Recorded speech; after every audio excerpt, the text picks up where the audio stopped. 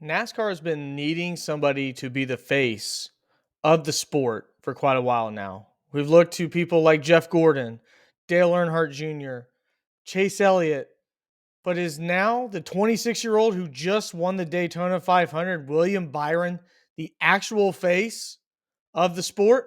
Let's talk about it here on Stuck in the Catch Fence.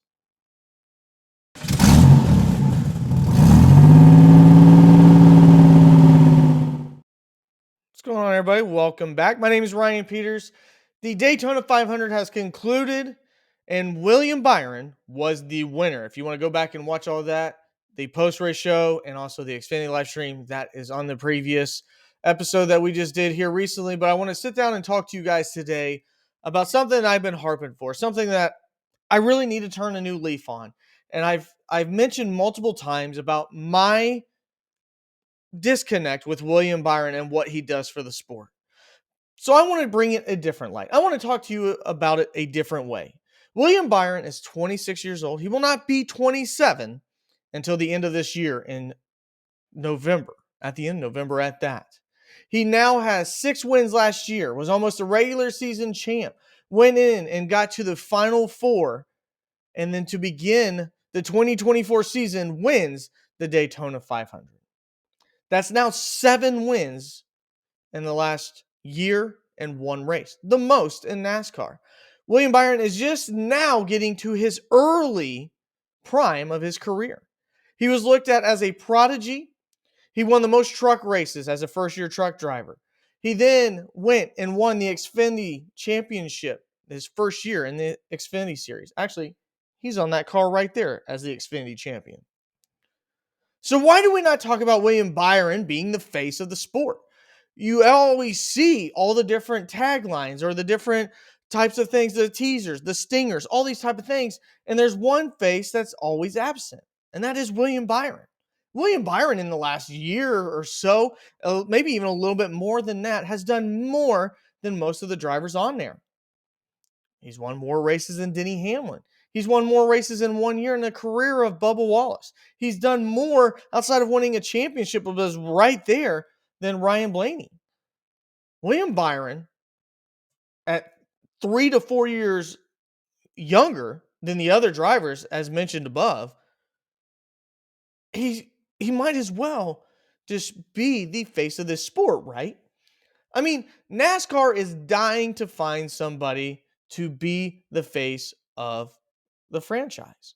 Who could it be? Who do you want it to be? Who should it be? Is it got to be somebody that's likable? Is it got to be somebody that's relatable? Or does it just have to be somebody that wins? You know, Jimmy Johnson during the sport was a really, really good winner, but a lot of people didn't really care for Jimmy Johnson as the person. He was vanilla, he was bland, but he ended up winning 7 championships.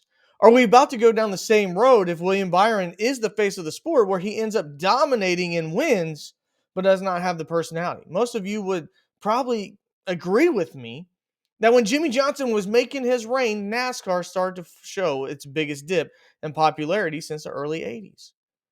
So is that indeed going to be the same exact fate with his fellow Hendrick driver of the new 24?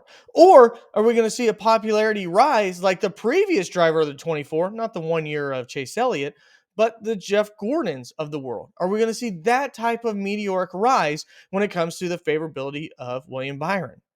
I mean, what is NASCAR looking for when it comes to a driver that it can get behind, a driver that it likes, a driver that relates to the demographic that we're all trying to find to continue to hold the sport up and move it forward? Everybody's looking for that young star, whether it's Julio Rodriguez in baseball, whether it may be now Tyrese Halliburton or Shea Gilgeous-Alexander in the NBA, whether it's CJ Stroud in the NFL. Everybody's looking for that young star so that they can get behind them because they know the more that they show that star, the more they have the ability to carry the sport. Tom Brady will not be there forever. LeBron James is now on the twilight of his career. Somebody has to take the mantle. And it seems like NASCAR's been looking for a very, very long time. So let's look at the moniker in the background that is William Byron. William Byron is the Gen Z that maybe NASCAR should be looking for. William Byron didn't get a lot of money to start racing when he was younger.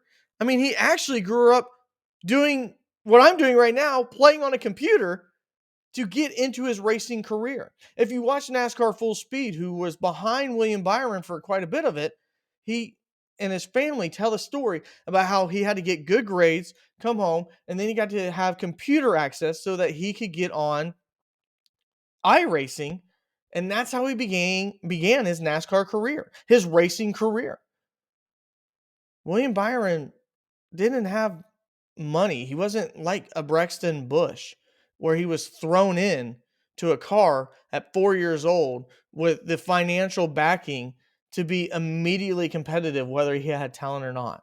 William Byron liked watching cars race and then got into it by getting on his computer, being competitive, and it led to opportunities to where he's now been racing in his 7th year at Hendrick Motorsports again at 26 years old. Isn't that the story that NASCAR would want? Isn't that a rise, almost a rags to riches from a kid where in this sport, Kyle Busch and so many others have been outspoken on how much money you need? It was already said last year why John Hunter Nemechek wasn't back in the sport after a brief spell. It's because he didn't have the millions of dollars to back him up. He didn't have the $1 million to support him like a lot of these drivers have. Formula One, to me, will never, ever make it in America because it's not that blue collar racing, raising of, rags to riches coming up from nothing. You have to pay $300 to watch practice, and if you're someone on the outside, they'll barricade it so you can't see it.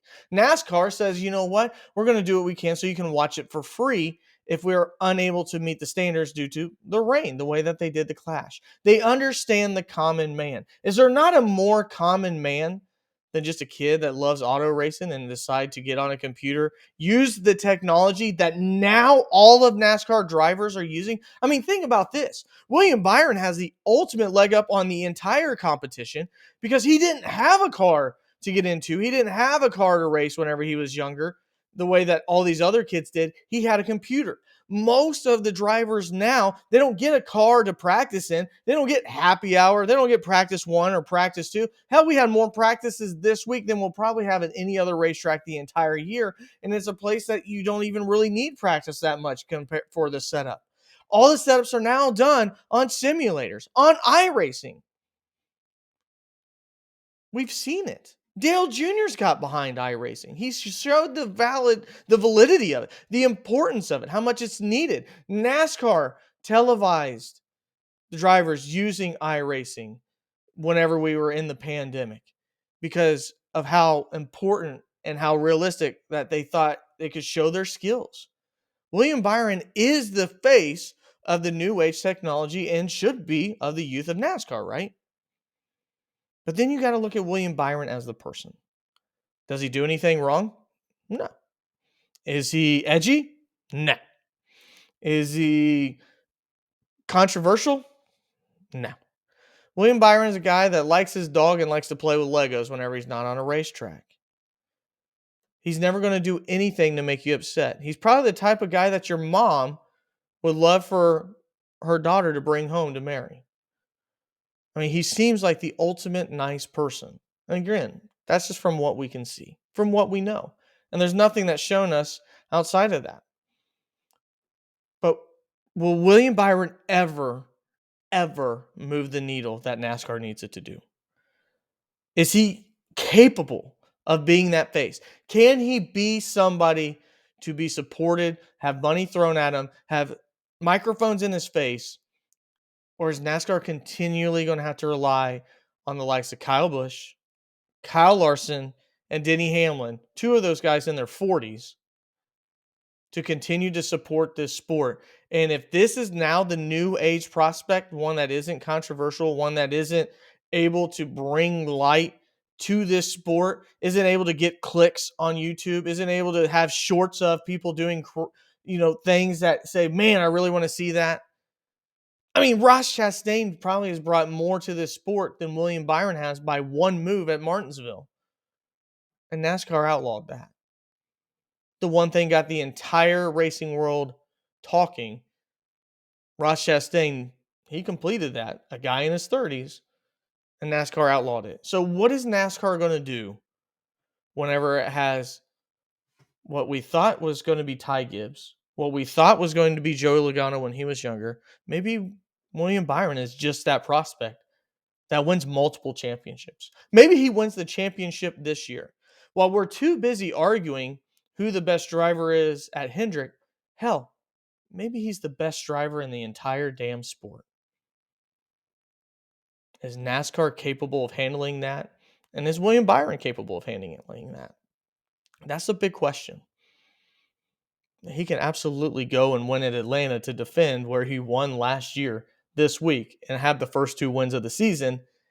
And most people would still never bet for him to win a championship because it's William Byron. Is that the NASCAR you want?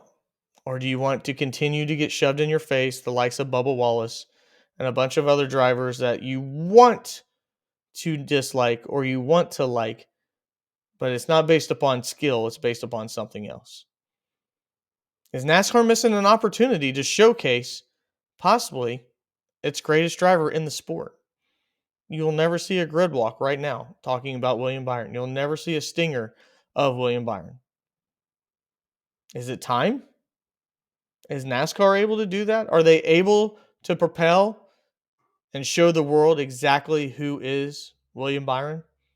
Just possibly the best driver in the sport? Only time will tell. Well, that's going to do it for Let's Talk About It. I appreciate you guys jumping in. The NASCAR season is underway. We're headed to Atlanta. We'll have a few shorts out this week.